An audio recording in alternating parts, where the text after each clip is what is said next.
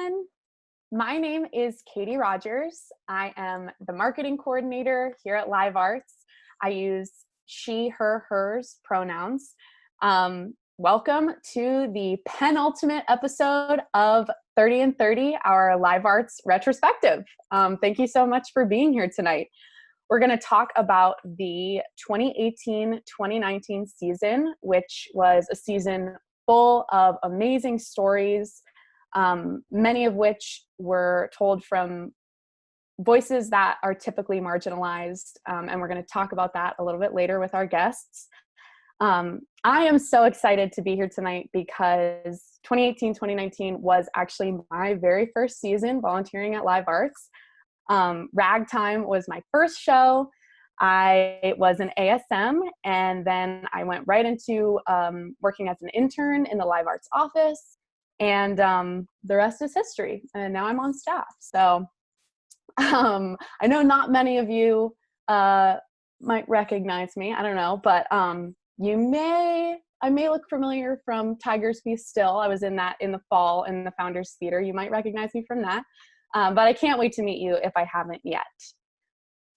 So before we get into our show, I want to give a little community partner shout out to Albemarle Limousine. They are great friends of Live Arts. I can personally say that the Live Arts Fringe Tech team was picked up from the airport last summer from Albemarle Limousine, and our ride back to Charlottesville was perfectly top-notch. So they're still booking rides, and they're making sure that they're taking every measure possible to make sure that their clients and their drivers are staying safe and healthy. So keep supporting local businesses and use Albemarle Limousine if you need to book a ride. So we have a fantastic show for you guys tonight. This is very important, so pay attention. Make sure that you stick around until the very end of the episode. Trust me, because we have an absolutely huge surprise for you. A lot of work went into it, and it's absolutely going to blow you away. So stick around till the end. You won't regret it. Trust me. Now, I am pleased to welcome our first guest, Miss Adriene Oliver. Hello, Adriene. How are you, Katie? Good. Why don't you introduce yourself, talk about your experience with Live Arts and your experience with the 2018-2019 season. Sure. My name is Adriene Oliver. My pronouns are she, her, hers. Let's see, I came to Live Arts, I think I was 15, but it was the 2000 season, so about 20 years ago.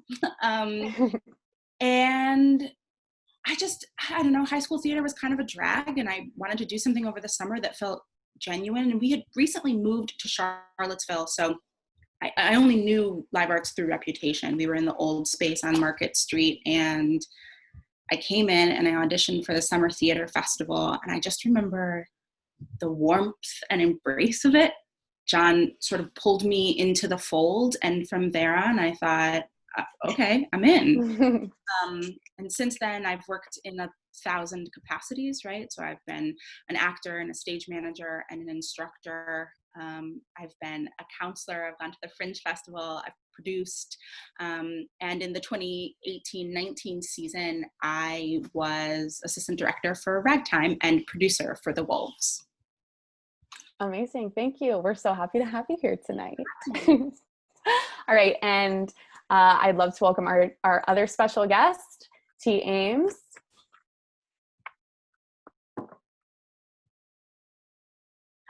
Hello, T. Welcome. Oh, hi. How are you? Good. Good to see you. Good to see you as well. Do you want to give a little introduction of yourself and your experience with Live Arts and this season in particular? Sure. My name is T. Ames. I use they, them, theirs pronouns. I started off at Live Arts probably when I was 9 or 10 years old. I started in summer camps, as many people my age at this point have when it comes to Live Arts. One of my fondest memories from that point was wearing these little cat ears and a cat tail and singing Can You Feel the Love Tonight in musical theater camp with Lydia Horan. And then I was in 13, the musical. I believe that was 2011, if I'm not mistaken. So I was 14 or 15 at the time. And most recently, I directed Rent.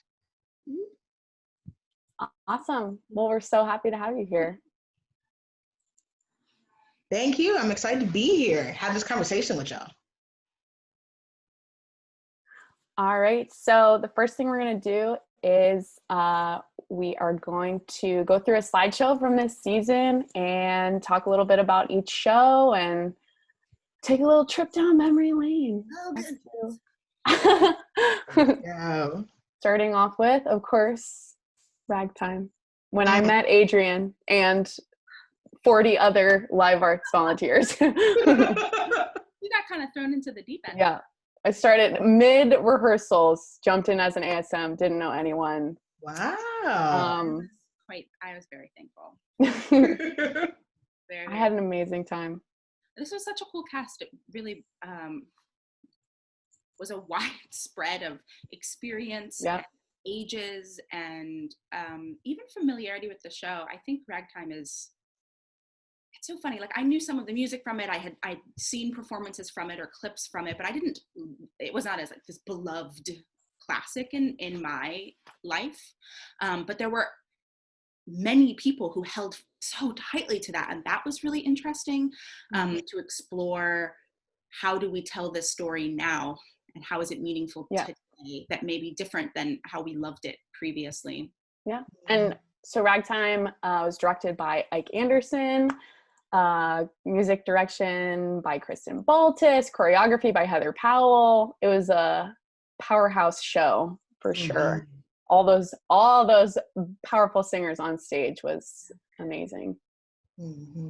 Yeah, it was. This is, I don't know, I always like this image. There was something here about the way we collect in pockets, something about how we are a group, but there are these, the kind of ebb and flow of it, or the stretch and pull, maybe, the expansion and the contraction that happens within communities. I think that's that's a powerful piece of Ragtime, the circling around one another and folding in and out. I love that. Yeah. David Armstrong. I loved him. He's such a strong performer. He really is. One of my favorite people. He really, he's so dynamic on stage, such a fun and interesting and exciting person to watch. And I feel like those adjectives are cheapening it, but it's real. He's lovely to watch. And that's also Khadijah that he's dancing with there in the center, Liz Leone on the swing, and Edward Warwick White on the right hand side, killing it. Bummy breaks my heart. Bottom right, Bummy Pedersen. Absolutely beautiful picture. She was wonderful as Emma Goldman. Boomy,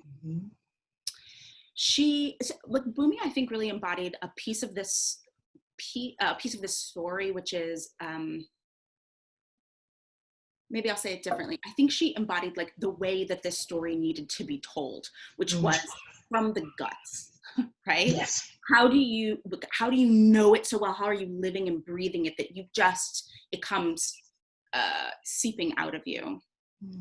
And I loved this imagery by Martin Kyle. I know you've talked about that some, Katie, but the promotional photos. Yeah, so cool. Look, and in that style of tintype photography that looks so, I would never think twice that wasn't a period photograph.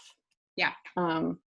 Just so beautiful. And a lot of those, there were some of individual characters just like so haunting, really. Their eyes, like, those were really, really beautiful. All the especially. Yeah. I would definitely say Ragtime is a haunting musical. Yeah. In and of itself. It was fascinating for that reason. When people were like, I love Ragtime, some part of Ike and I used to talk and be like, why?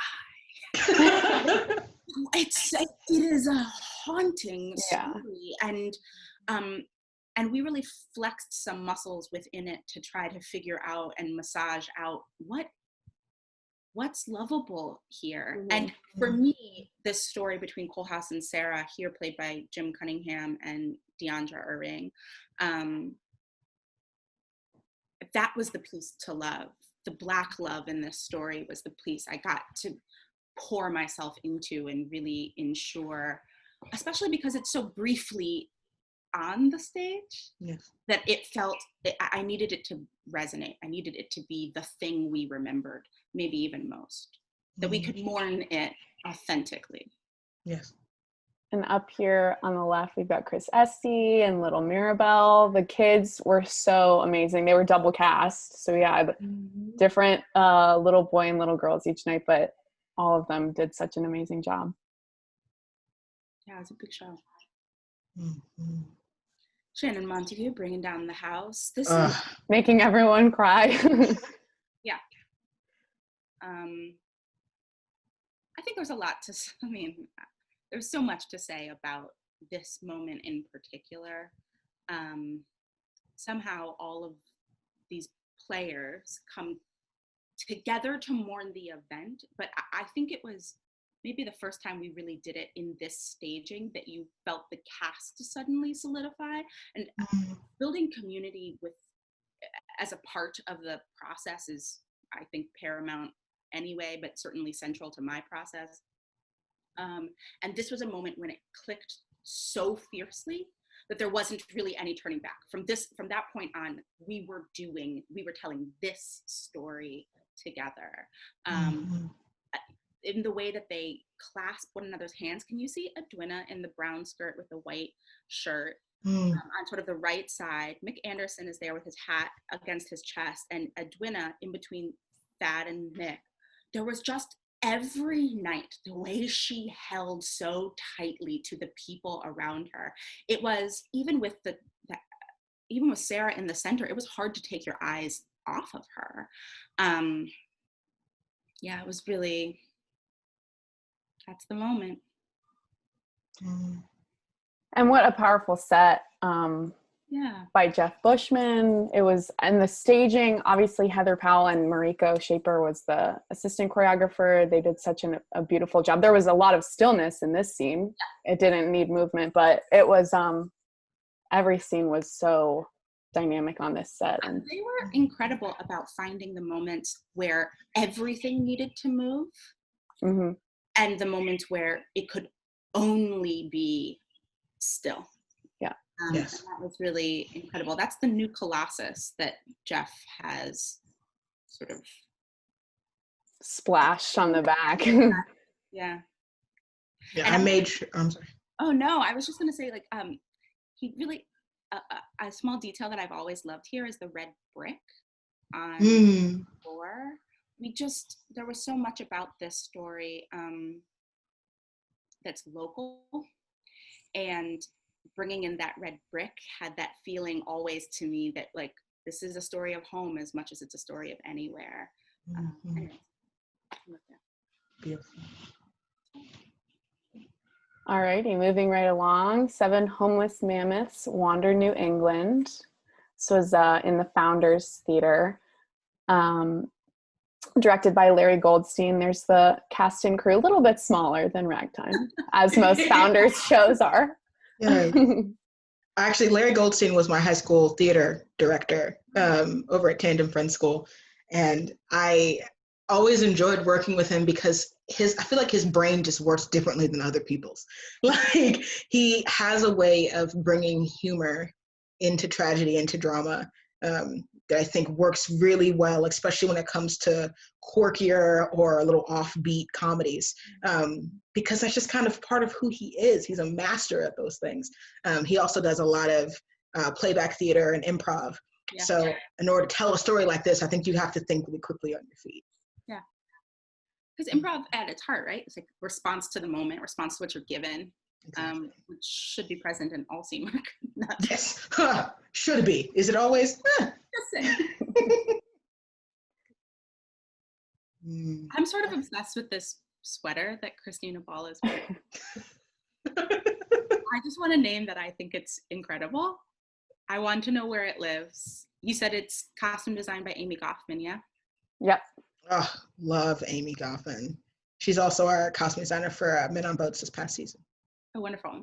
We've got Jamie Roscoe on stage, Monica Hannigan, in addition to Christina Ball. And then that awesome museum on the left. the stage was sort of like split into these two realms, which was so You cool. see the bed like against the wall. Mm-hmm. I actually really love that. I think it's such a fierce use of this space. Yeah. Yes. The scenic design was Robert Nichols for this one. Look at how massive the stage looks. This is the founders, right? I know. Oh my It's not gosh. a comment that has ever been said about the founders. Like massive. First time ever said. Wow. Super cool lighting. Of course, lighting design was Heather Hutton. Oh, love Heather. Beloved lighting designer. Mm-hmm. She's a jewel of live arts in many ways, I'd say. Most definitely. I love that. These awesome vignettes, museum vignettes. Mm-hmm. No, I really do love the fire alarm in the middle of it. I just think it's smart. Mm-hmm. Well, every museum's gonna have a fire alarm. Right. Right. It's such an irritation in the space. I think it's Yeah. I think it's a great way to play with it. It's irreverent. Mm-hmm. Or reverent. Both simultaneously.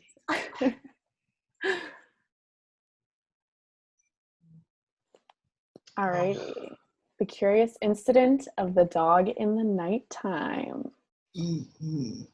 Adapted from the critically acclaimed novel. I think many people have read. Yep. High school. Banging from the back just a little bit. That's right. What a beautiful story to tell on stage, though. Agree. This one was directed by Brian Close. Look at that set. This incredible set by Will Slusher. And lighting. I mean, this has some magic. There was some definite stage magic in this. But also it's the story, right? Brian's smart like that. He is. And so there's this bit of like magic and those moments of like, and then they go so quickly. And I think that's part of, I don't know, I think that's part of the story that I love, is that things seem to come into alignment or make sense just for a second and then they dissipate. And that is almost what's happening for Christopher all of the time. Things make sense and then fall apart, or he knows something, but then he knows so little, right? It all seems mysterious again. There's something about that feels really human and beautiful. And there's Ben Brantley as Christopher right in the center in the red. Ben Brantley. Ben played bass and many other instruments, including the cowbell in the Red Band. Oh, good. You always do that. I wish I had seen this show because I've heard that he was amazing. Yeah. Fundamental. And I think that also just speaks to how, live arts being a volunteer theater, how people can kind of shuffle through any role, as long as they're willing to do the work and try. And I love that in one season he was the lead and also in the band at the end of the next season. So I think that's beautiful. In a volunteer organization, though, I think you do need players who not just step into those roles, but who maybe don't see the hierarchy.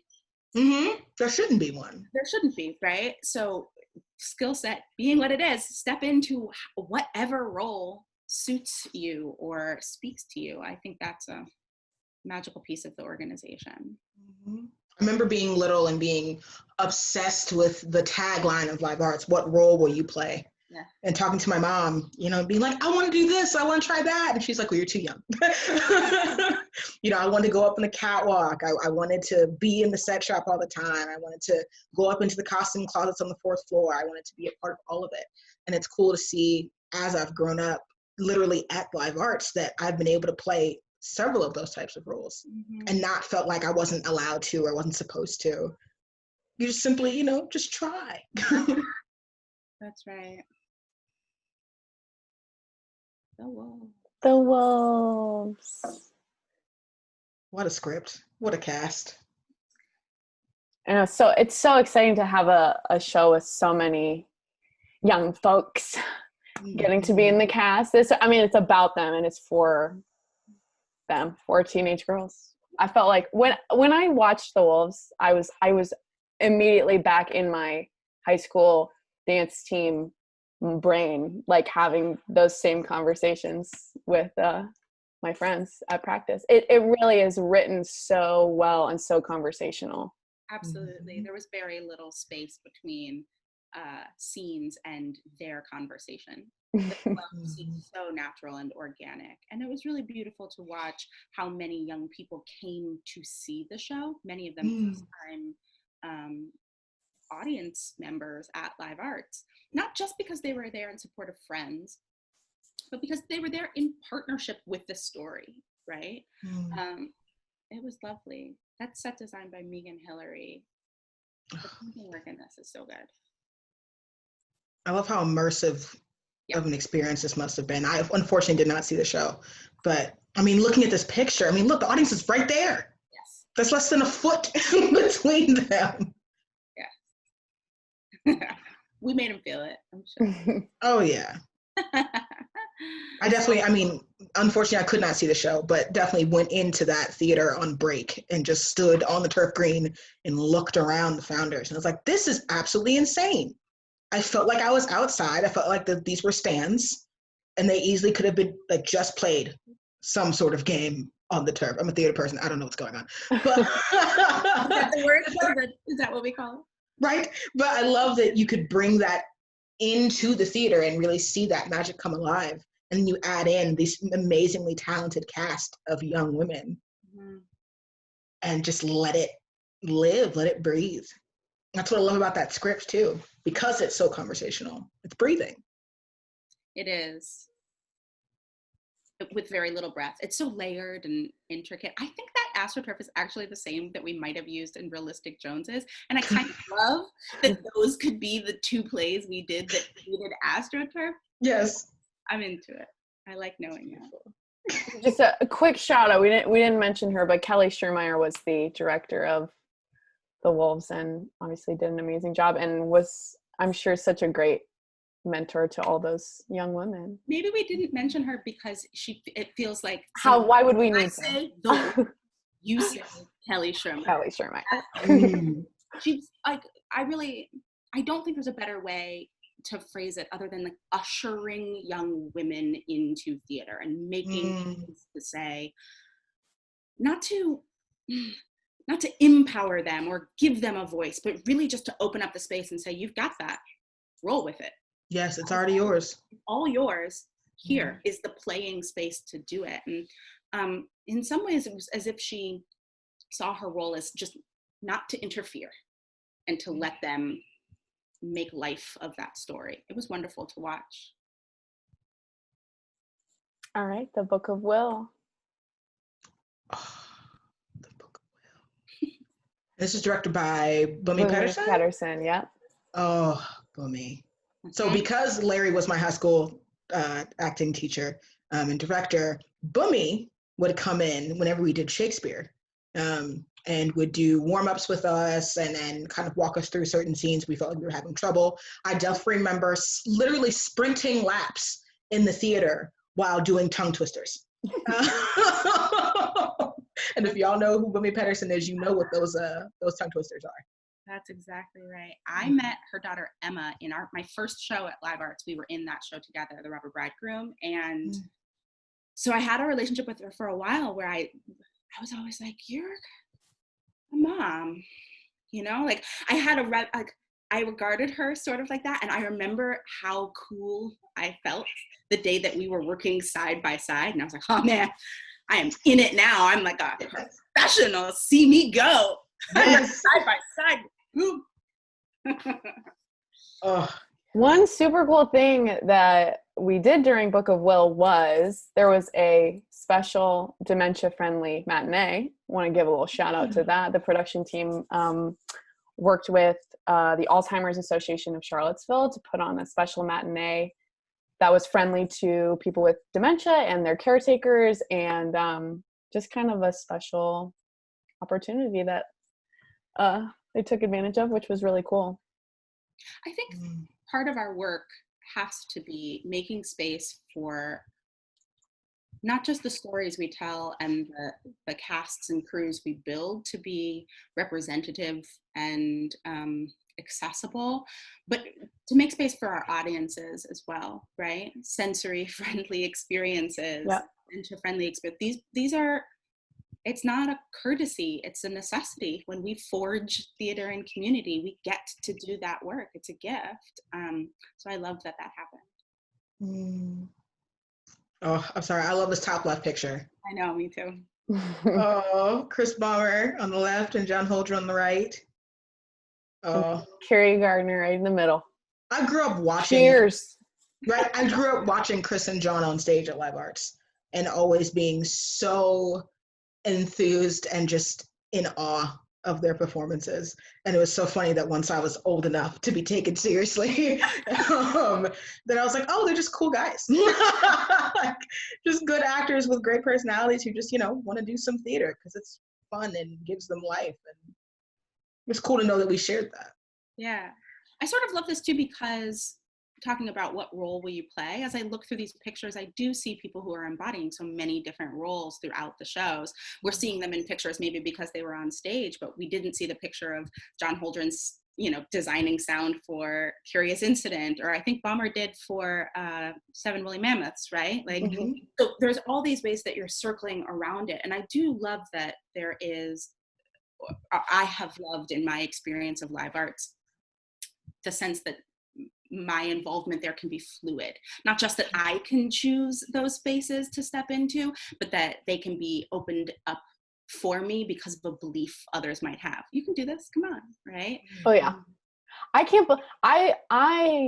feel like the poster child for that because of the amount of faith people had in me without even knowing me at Live Arts. And I mean, so it's been awesome. I feel like I've gotten the opportunity to do things, going to the Fringe Festival, being one of them last summer.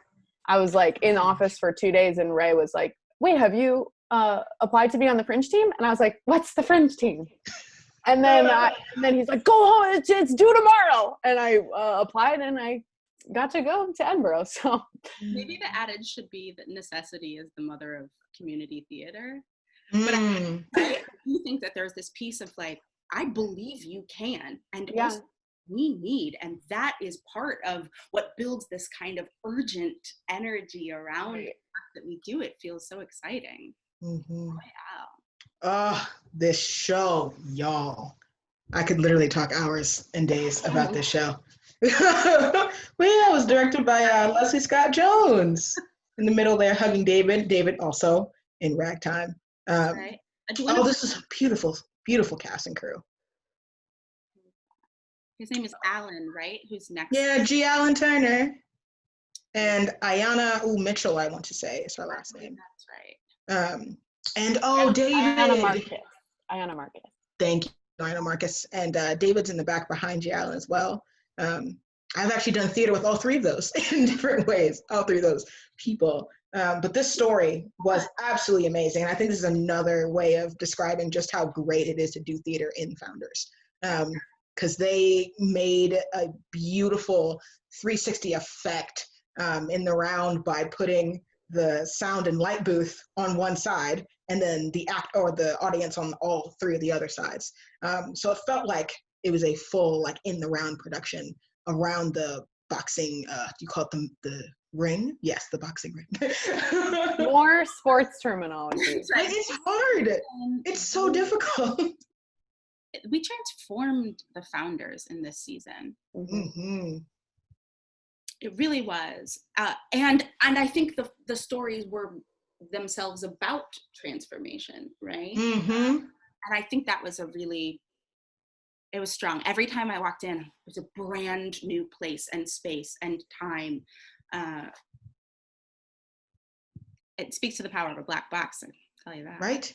And I loved this show in particular for a lot of reasons, but mainly I think of how Leslie and the cast and crew put together the story to tell it in a way that it hadn't really been told before.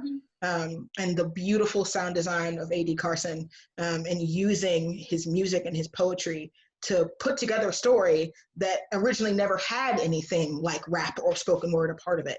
But it fits seamlessly. As a lot of things like that happen in Black culture. And I love that Leslie and the crew decided to be unapologetically Black about this production. Everything they did, I mean, from the trainers when it came to boxing, to the way that they staged it, to how they had actors talking over each other, and how they built that camaraderie within the cast. I was completely blown away when I saw this show. Oh, just look at this picture. Look at this staging. Hmm.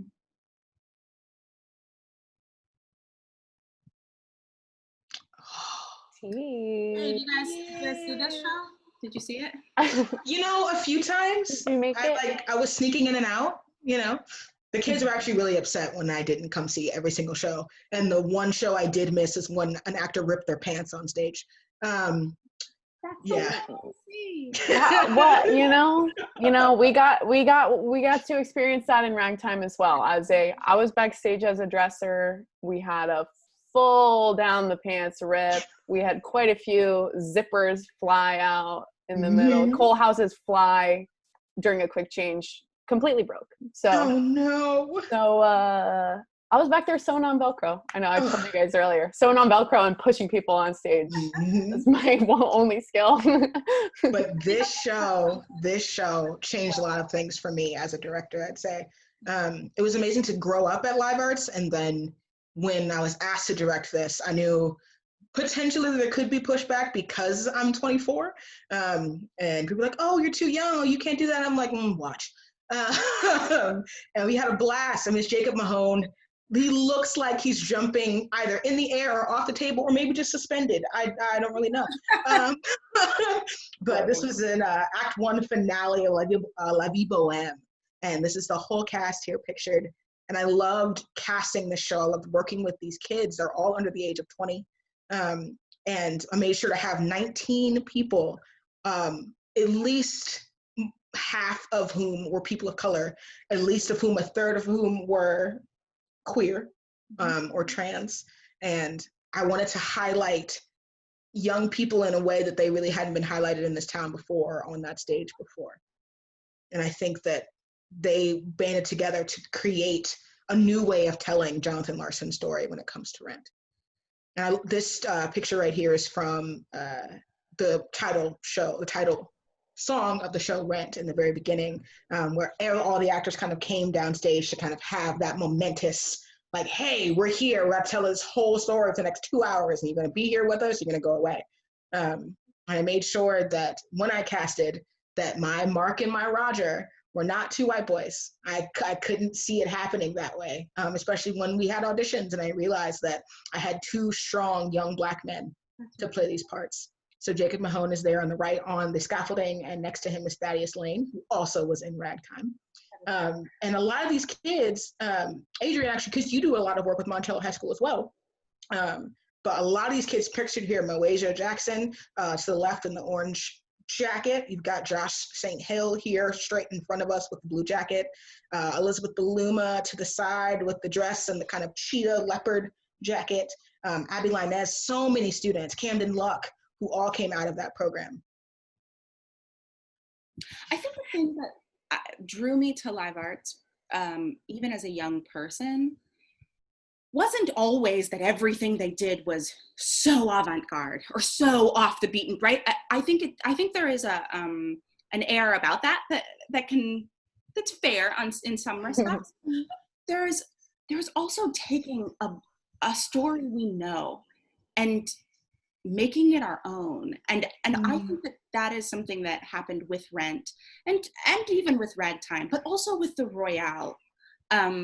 That there were shows this season, the 2018-19 season, that reimagined how they might be told, not just for a new audience, but breathed life into spaces that had been kind of breathless previously, yes. Right?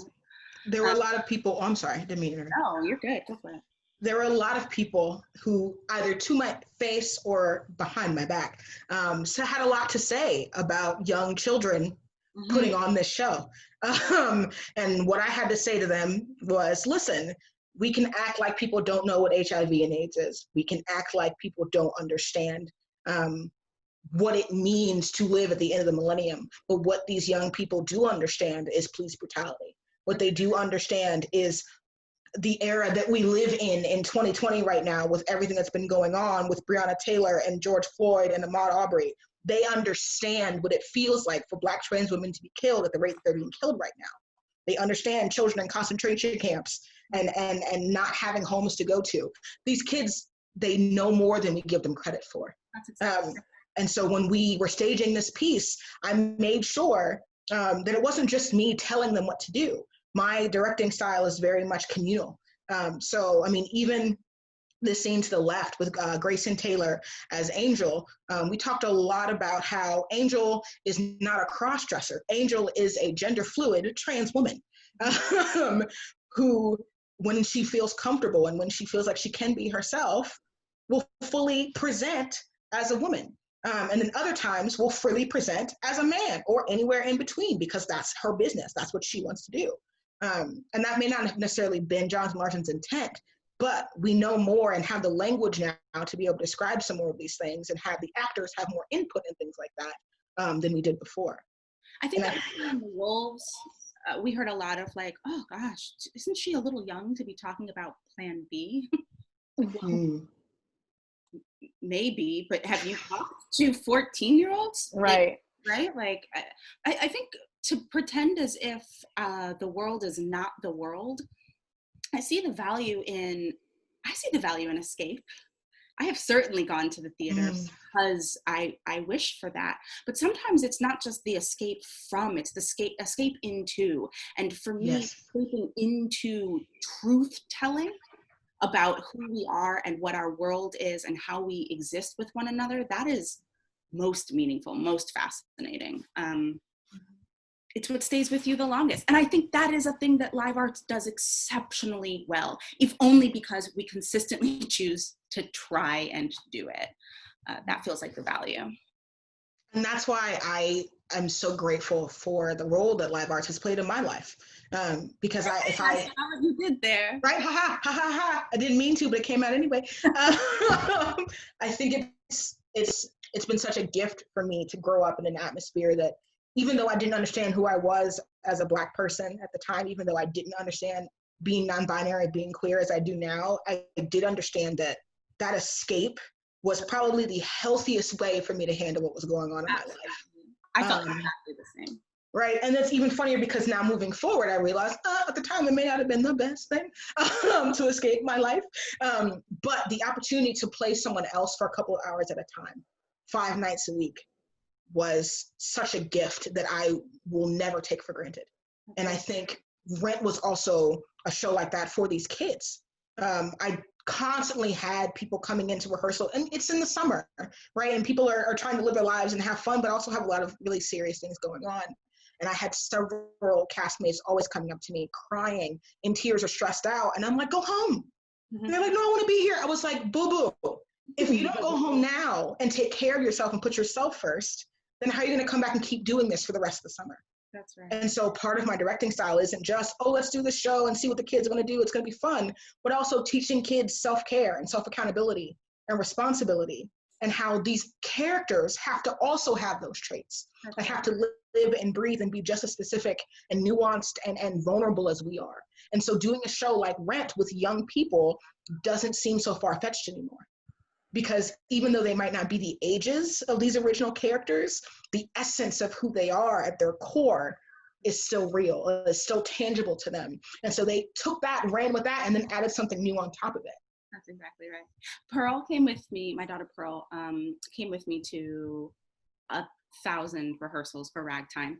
And I want to say 10, maybe 12 performances. And there was a lot of like, oh, she's 5. Is it okay for her to be seeing this?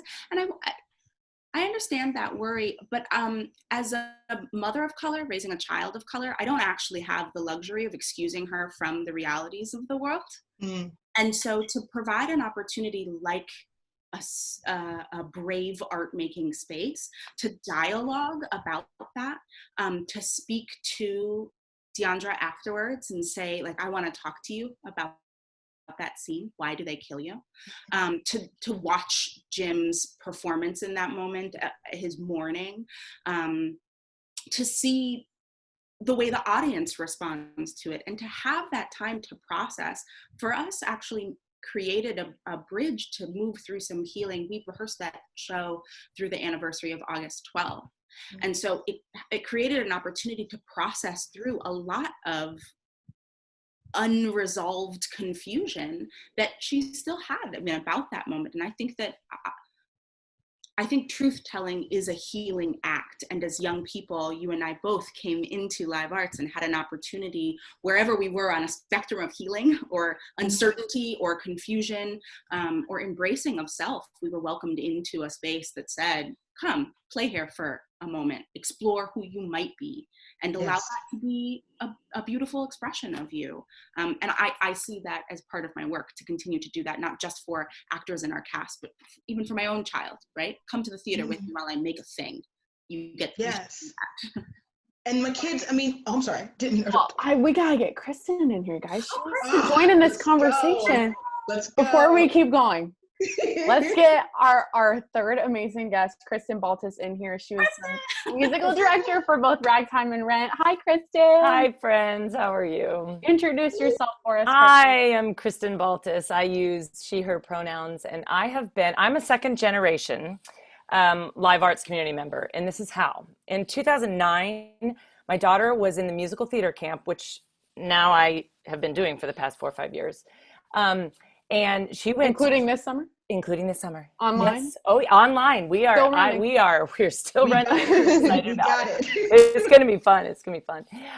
And so she was at 2009. She was in the theater camp, and then she was going to sign up in 2010. And I said, hey, dear Live Arts, do you need an accompanist? Because I play the piano. And oh no, we don't need one right now. But however, we need one for one night of 13 the musical, which is how I met T. And I practiced nonstop because I wanted to impress Live Arts and I wanted to do well. And the music was just so much fun. It's just fun to play, and the whole thing was just fun. And I played one night, and that was the end of it. Then I did Drowsy's Chaperone, and I actually counted this afternoon. I've done 15 Gibson shows. I've done 4 summer camps. You were talking about shuffling through the theater and doing different things.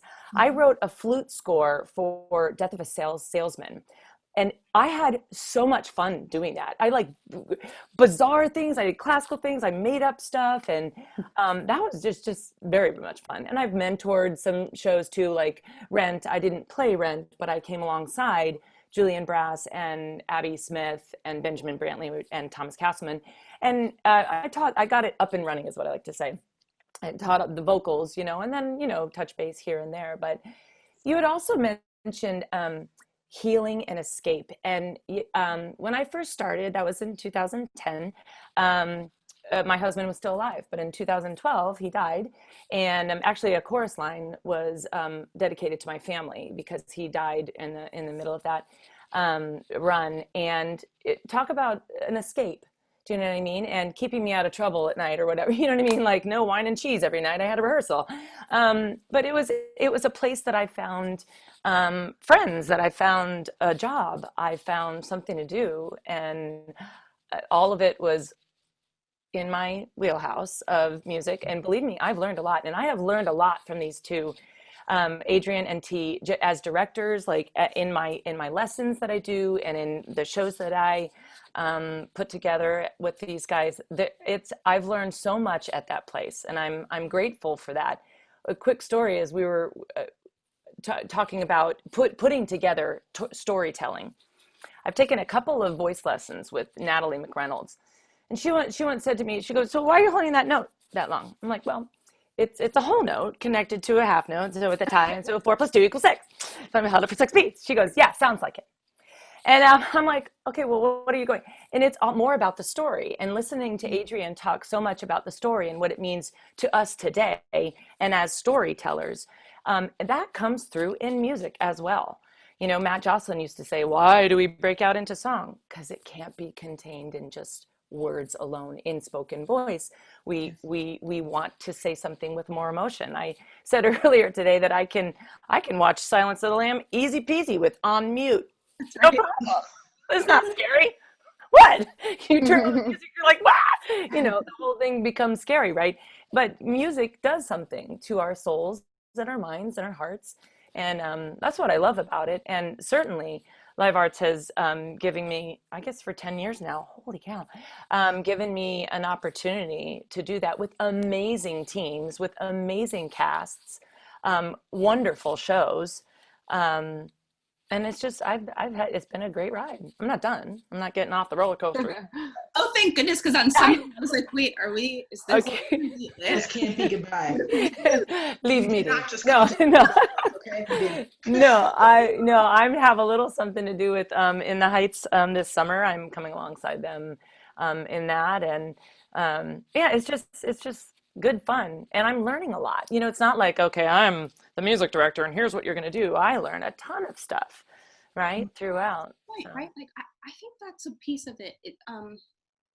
In all of my work, I'm formally trained in whatever areas you want to discuss, right? But what it comes down to, for me, is a practice of learning and teaching simultaneously. All that I really know, I know through experience. And to Live Arts' credit, it was never about, do you have that degree? Have you done this once before? Show me your resume. It was, do you want to? Are you willing to?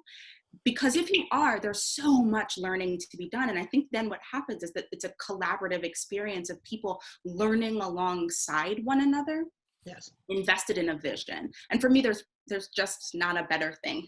We have a beacon that we're moving towards, a vision of what this story ought to be. We have a large sense of how we're going to work together.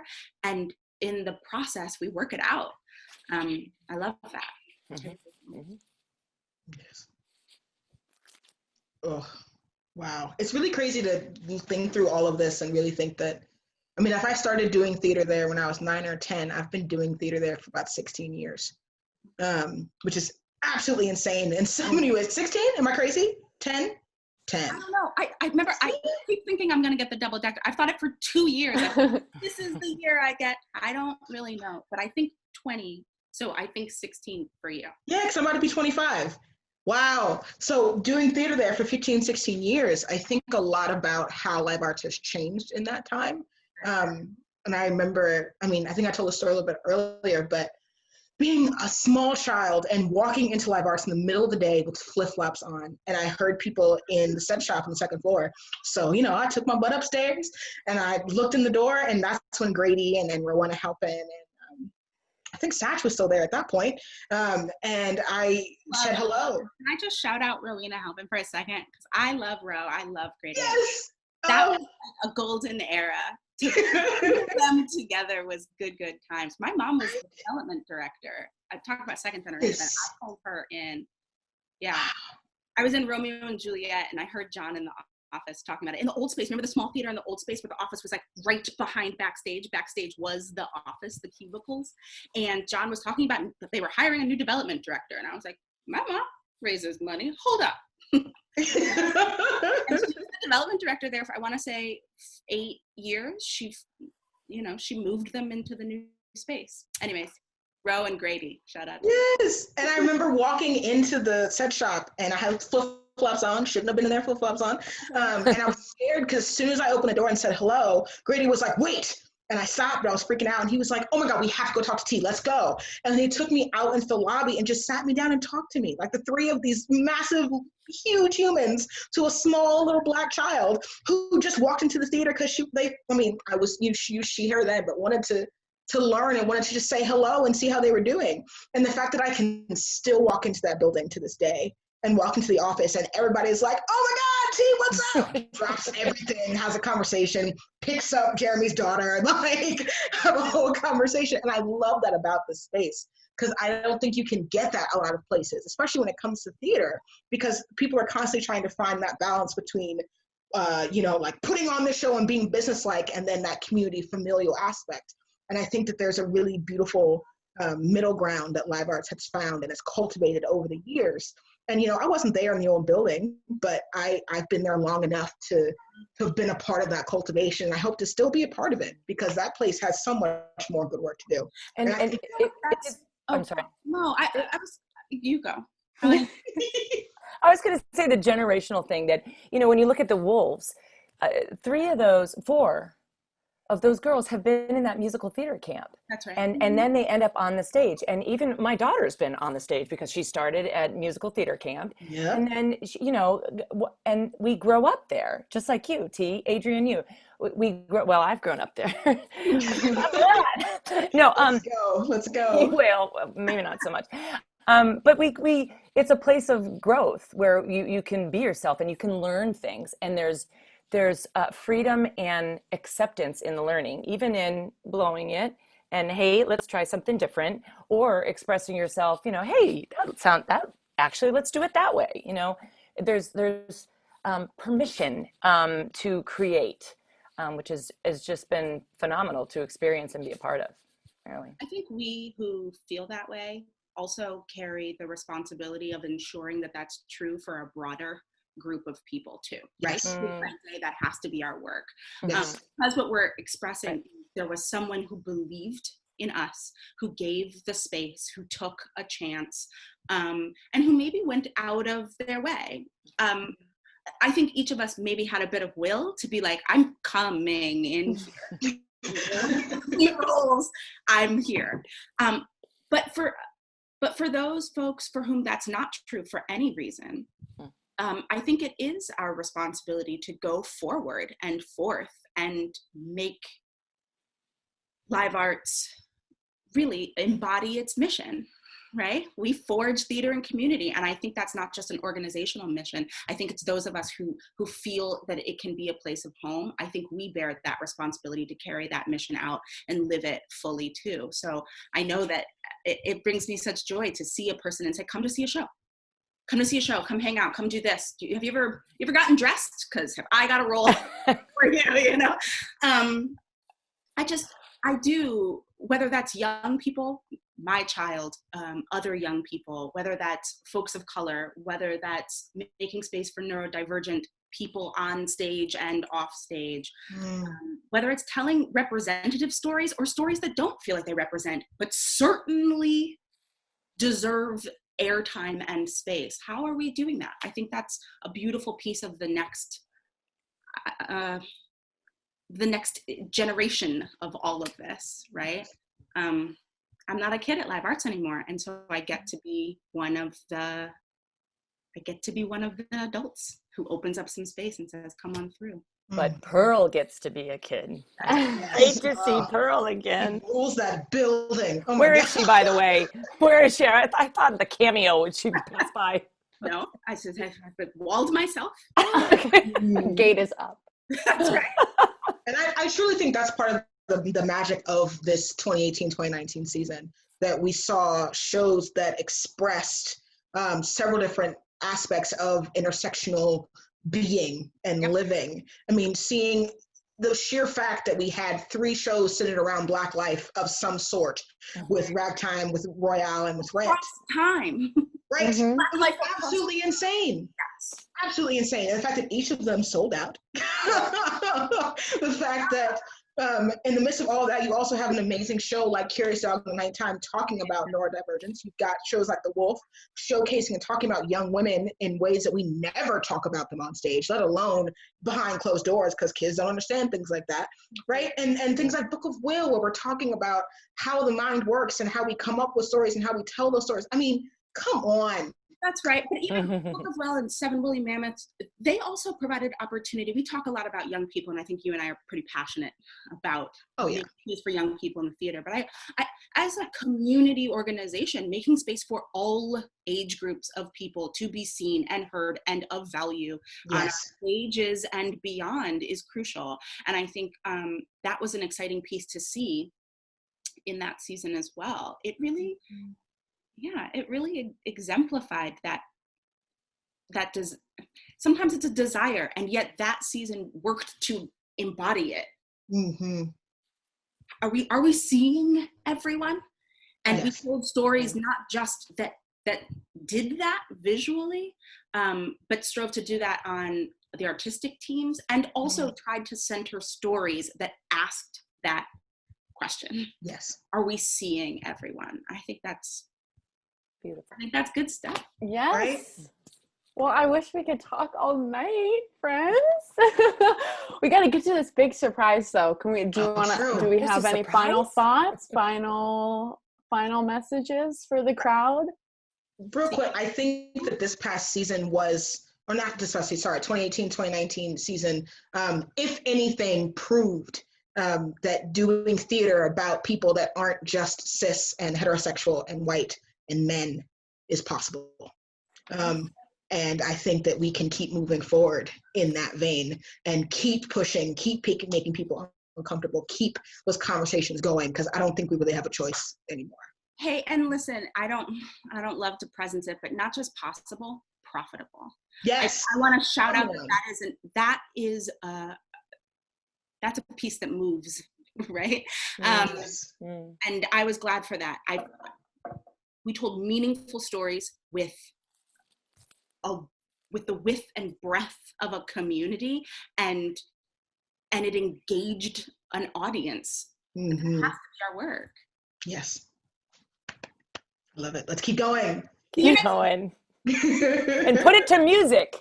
Right? Let's sing about it. Well, thank you so much, Adrienne, T, Kristin, all of you for being here. Big thank you to Shannon and Liz behind the scenes tonight during the episode.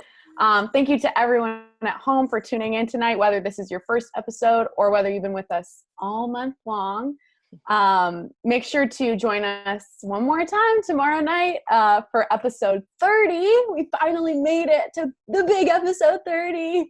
We'll have Jeremy Pape, our artistic director, also the director of Men on Boats just a couple months ago, and Shelby Edwards, our development coordinator. She was also the stage manager for Men on Boats. Maybe the cast of Men on Boats will pop in to say hello as well tomorrow. It's the same time, same place tomorrow night. And now the big moment is finally here. We get to share a really, really special treat thanks to a ton of hard work. Many hours went into this by Shannon Montague and Liz Howard.